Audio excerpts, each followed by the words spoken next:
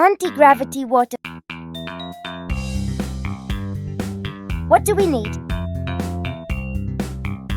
Let's get started. Fill the tube with water to the maximum.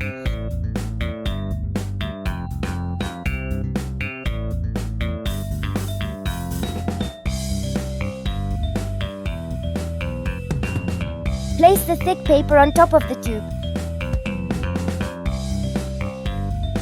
Place your hand on the paper and flip the tube upside down. Now remove your hand gently.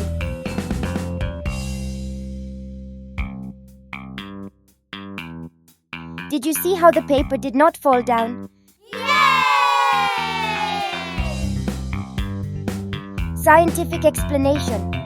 Air pressure forces the paper upward against the tube. Air pressure is strong enough to prevent the water weight from pushing the paper down.